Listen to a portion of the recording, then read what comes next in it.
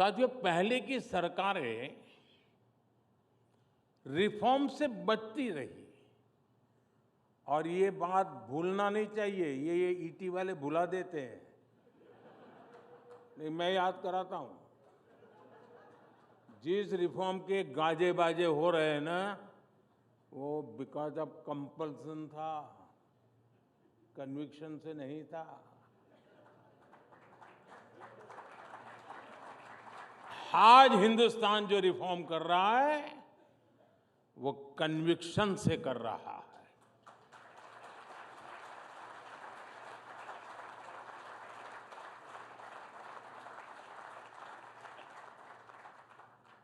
उनमें एक सोच रही, अब कौन इतनी मेहनत करे, रिफॉर्म की क्या जरूरत है। अब लोगों ने बिठाया है, मौज करो यार, 5 साल निकाल दो, चुनाव आएगा तब देखेंगे। अक्सर इस बात की चर्चा ही नहीं होती थी कि बड़े रिफॉर्म से देश में कितना कुछ बदल सकता है। आप व्यापार जगत के लोग हैं, सिर्फ हिसाब किताब आंकड़े नहीं लगाते, आप अपनी स्ट्रेटेजी को रिव्यू करते हैं, पुरानी पद्धतियों को छोड़ते हैं। एक समय में कितने ही लाभकारक रही हो उसको भी छोड़ते हैं आप। जो काल बाह्य हो जाता है उसका बोझ उठाकर कोई उद्योग चलता नहीं है जी, उसे छोड़ता ही है। आमतौर पर भारत में, जहां तक सरकारों की बात है, गुलामी के बोझ में जीने की एक आदत पड़ चुकी थी। इसलिए आजादी के बाद भी अंग्रेजों के जमाने की चीजों को ढोया जाता रहा। अब हम लोग आमतौर पर बोलते भी हैं, सुनते भी हैं, और कभी-कभी तो लगता है कि ये जैसे कोई बड़ा महत्वपूर्ण मंत्र है, बड़ा श्रद्धापूर्ण मंत्र है, ऐसे बोलते हैं, justice delayed is justice denied. ऐसी बातें हम लंबे समय तक सुनते रहे, लेकिन इसको ठीक कैसे किया जाए, इस पर काम नहीं हुआ। समय के साथ हम इन चीजों के इतने आदी हो गए कि बदलाव को नोटिस ही नहीं कर पाते। और हमारे यहाँ तो एक ऐसा इकोसिस्टम भी है, कुछ साथी यहाँ भी बैठे होंगे, जो अच्छी चीजों के बारे में चर्चा होने ही नहीं देते। वो उसको रोकने में ही ऊर्जा लगाए रखते हैं। जबकि लोकतंत्र में अच्छी चीजों पर भी चर्चा होना, मंथन होते रहना, ये भी लोकतंत्र की मजबूती के लिए उतना ही जरूरी है। लेकिन एक धारणा बना दी गई है कि कुछ नेगेटिव कहो, नेगेटिविटी फैलाओ, वही डेमोक्रेटिक है। अगर पॉजिटिव बातें होती हैं तो डेमोक्रेसी को कमजोर करार कर दिया जाता है। इस मानसिकता से बाहर आना बहुत जरूरी है। मैं आपको कुछ उदाहरण दूंगा। साथियों, भारत में कुछ समय पहले तक जो पीनल कोड चल रहे थे वो 1860 के बने थे, 1860 के।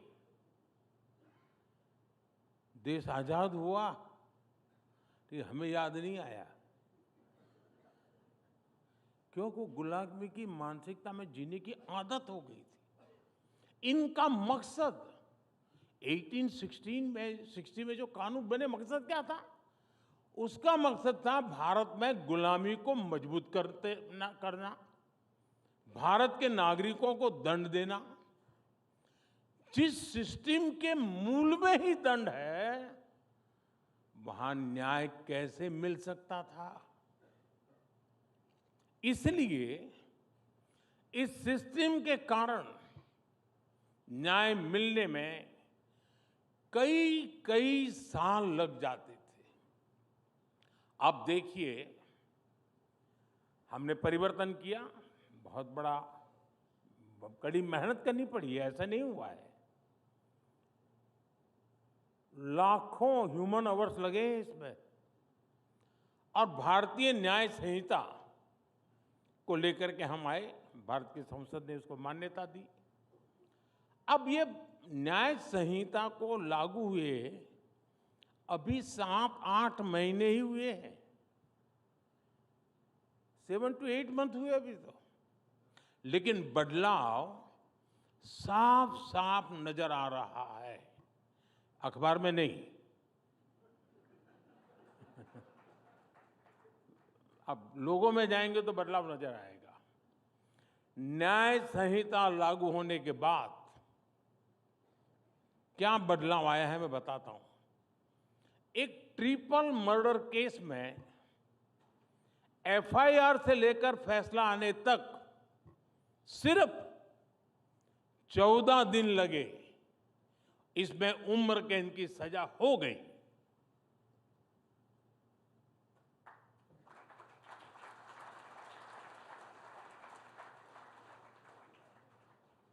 एक स्थान पर एक नाबालिग की हत्या के केस को 20 दिन में अंतिम परिणाम तक पहुंचाया गया।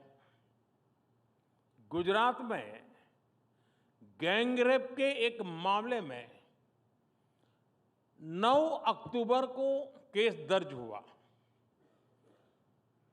26 अक्टूबर को चार्जशीट भी दाखिल हो गई, और आज 15 फरवरी को ही कोर्ट ने आरोपियों को दोषी करार दे दिया।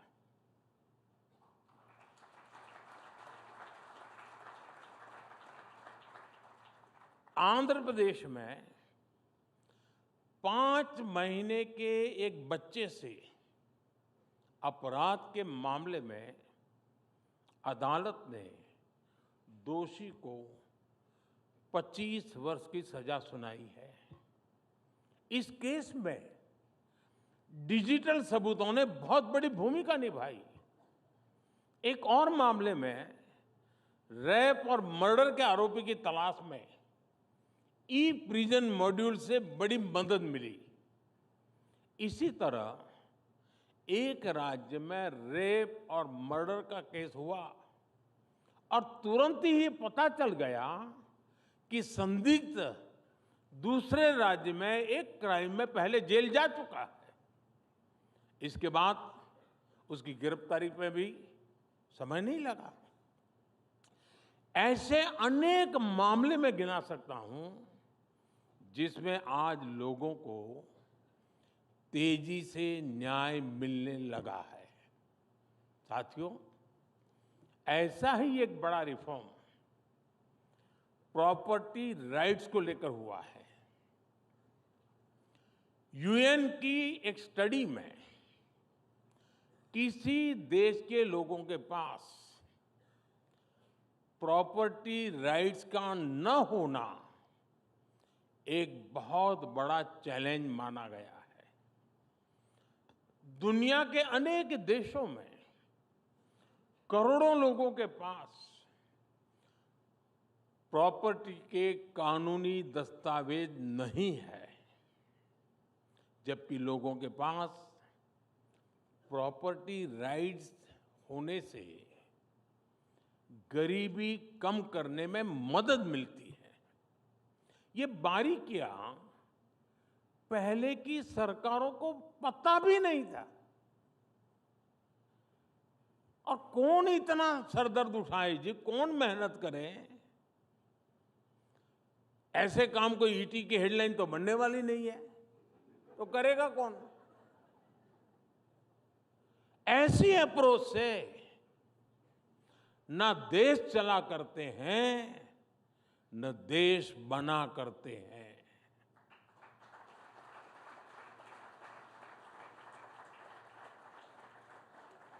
और इसलिए हमने स्वामित्व योजना की शुरुआत की। स्वामित्व योजना के तहत देश के 3 लाख से ज्यादा गांवों का ड्रोन सर्वे किया गया। 2.25 करोड़ से ज्यादा लोगों को प्रॉपर्टी कार्ड दिए गए। और मैं ईटी को एक हेडलाइन आज दे रहा हूं। स्वामित्व लिखना जरा ईटी के लिए तकलीफ वाला है, लेकिन फिर भी वो तो आदत से हो जाएगा। स्वामित्व योजना की वजह से देश के ग्रामीण क्षेत्र में अब तक 100 लाख करोड़ रुपए की प्रॉपर्टी की वैल्यू अनलॉक हुई है। 100 लाख करोड़ यानी 100 लाख करोड़ रुपयों की प्रॉपर्टी पहले भी गांव में मौजूद थी, गरीब के पास मौजूद थी, लेकिन इसका उपयोग आर्थिक विकास में नहीं हो पाता था। प्रॉपर्टी के राइट्स न होने से गांव के लोगों को बैंक से लोन नहीं मिल पाता था। अब ये दिक्कत हमेशा हमेशा के लिए दूर हो गई है। आज पूरे देश से ऐसी खबरें आती हैं कि कैसे स्वामित्व योजना के प्रॉपर्टी कार्ड से लोगों का फायदा हो रहा है। अभी कुछ दिन पहले राजस्थान की एक बहन से मेरी बातचीत हो रही है। उस बहन को स्वामित्व योजना के तहत प्रॉपर्टी कार्ड मिला हुआ है। इनका परिवार 20 साल से एक छोटे से मकान में रहता था। जैसे ही प्रॉपर्टी कार्ड मिला तो उनको बैंक से करीब 8 लाख का लोन मिला। 8 लाख रुपए का लोन मिला कागज मिलने से। इस पैसे से उस बहन ने एक दुकान शुरू की। अब उससे हुई कमाई से वो परिवार अब अपने बच्चों की हायर एजुकेशन के लिए सपोर्ट कर पा रही है। एंड अब देखिए कैसे बदलाव आता है। एक और राज्य में एक गांव में एक व्यक्ति ने प्रॉपर्टी कार्ड दिखाकर बैंक से 4.5 लाख का लोन लिया। उस लोन से उसने एक गाड़ी खरीदी और ट्रांसपोर्टेशन का काम उसने शुरू कर दिया। एक और गांव में एक व्यक्ति ने प्रॉपर्टी कार्ड पर लोन लेकर अपने खेत में मॉडर्न इरिगेशन फैसिलिटी तैयार करवाई। ऐसे ही कई उदाहरण हैं जिनसे गांवों में गरीबों को कमाई के नए रास्ते बन रहे हैं। ये रिफॉर्म, परफॉर्म, ट्रांसफॉर्म की असली स्टोरीज हैं जो अखबारों और टीवी चैनल्स के हेडलाइन में नहीं आती।